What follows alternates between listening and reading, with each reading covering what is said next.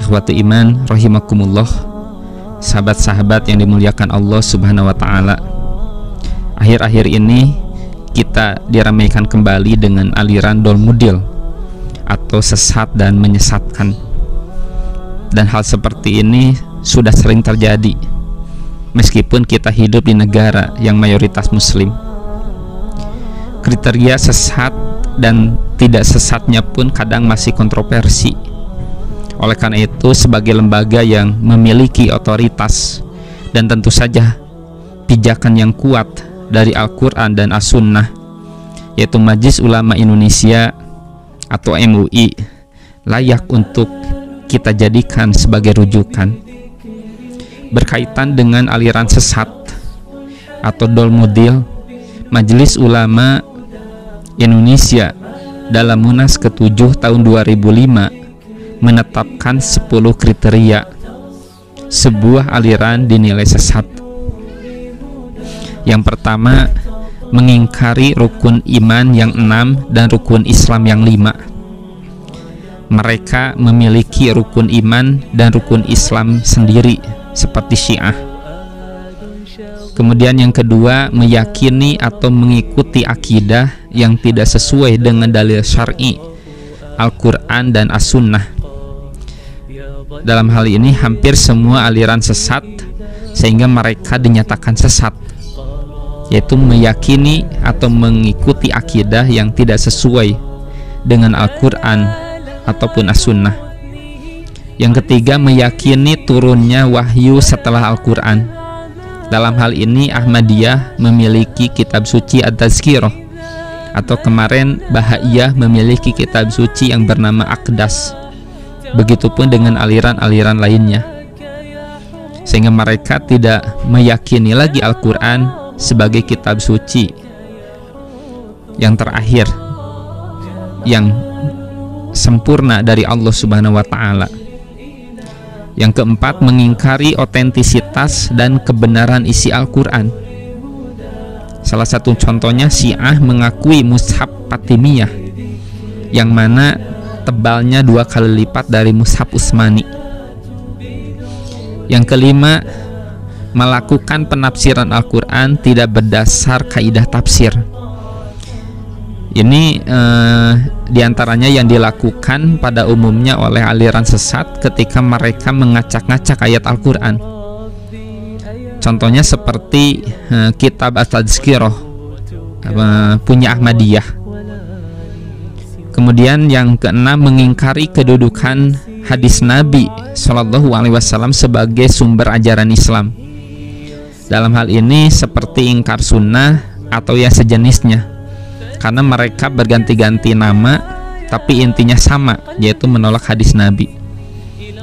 Ada Darul Hadis, ada Quran suci dan sebagainya. Kemudian yang ketujuh, kriteria aliran sesat itu mereka melecehkan atau merendahkan para nabi dan rasul.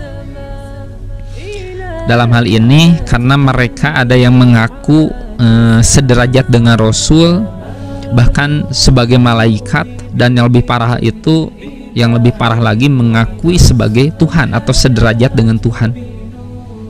Imam-imam mereka itu. Kemudian yang selanjutnya, yang ke-8, mengingkari Nabi Muhammad SAW sebagai Nabi dan Rasul terakhir. Ini tentu saja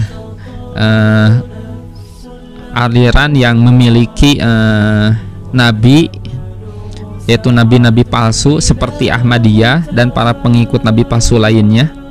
Mereka mengingkari bahwa Nabi Muhammad itu sebagai Nabi atau Rasul terakhir. Kemudian yang 9, mengubah pokok-pokok ibadah yang telah ditetapkan syariah. Di sini rata-rata mereka memiliki ajaran yang mirip dengan Islam. Ada sholat, ada saum dan sebagainya.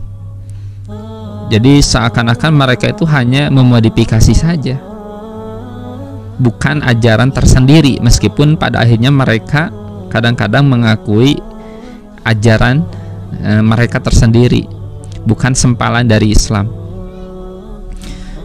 Yang ke-10, yang terakhir, mengkafirkan sesama muslim tanpa dalil syar'i.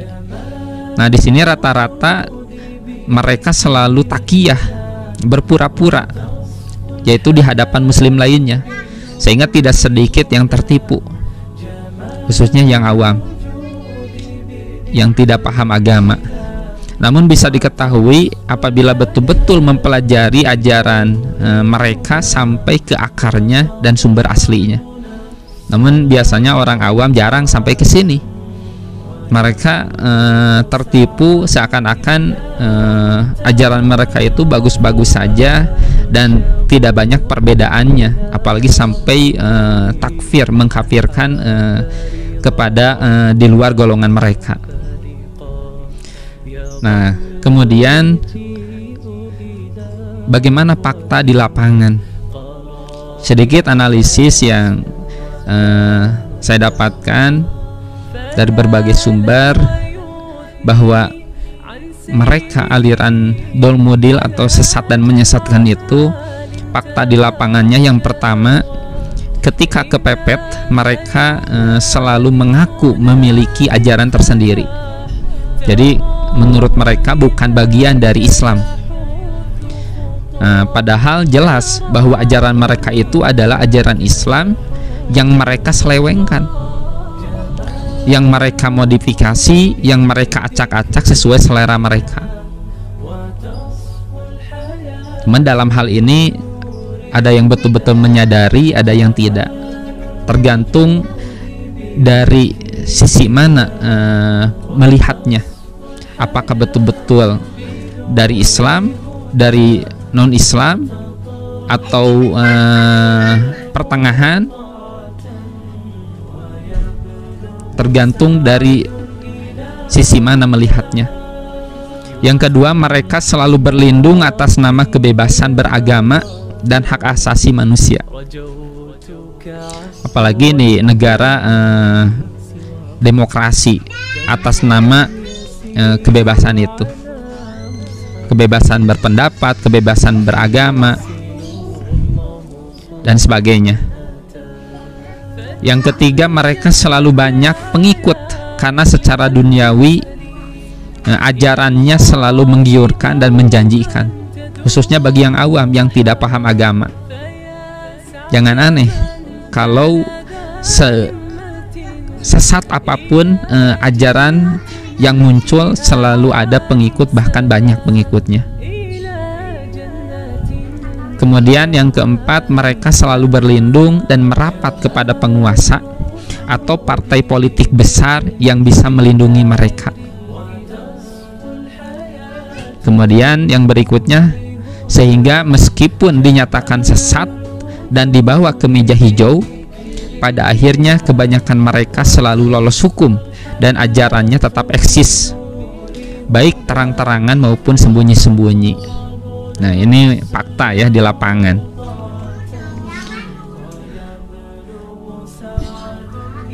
Rahimakumullah, apa yang harus kita lakukan ketika menyikapi aliran dolmudil seperti itu? Yang pertama, tentu saja perkuat akidah dan keimanan kita, baik pribadi, keluarga, maupun orang-orang sekitar, dengan semangat menuntut ilmu dan meningkatkan amal soleh. Yang kedua, rapatkan barisan persatuan umat Islam, ukhuwah Islamiyah. Jangan sampai kita salah menilai musuh, lebih cinta kepada orang kafir atau aliran sesat daripada kepada sesama muslim ahli sunnah wal jamaah, hanya karena perbedaan masalah furu'iyah.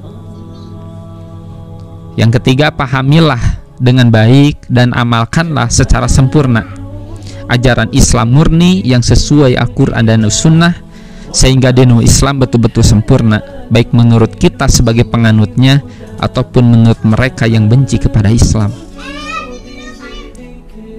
Yang keempat, ketahuilah ajaran Islam yang benar, yang lurus, agar dapat kita pegang dan yakini. Dan ketahui pula ajaran Islam yang menyimpang, yang sesat, agar dapat kita hindari dan jauhi. Hanya Allah Subhanahu wa Ta'ala yang dapat memberi hidayah kepada hambanya yang dikehendakinya. Semoga kita semua diberi keistiqomahan dalam hidayahnya, di atas jalan yang lurus yang diridhoinya, dan dijauhkan dari jalan yang sesat dan menyesatkan. Amin ya rabbal alamin. Aku qouli hada wa astaghfirullah li wa lakum. Wassalamualaikum warahmatullahi wabarakatuh. عن سيره ولا جمع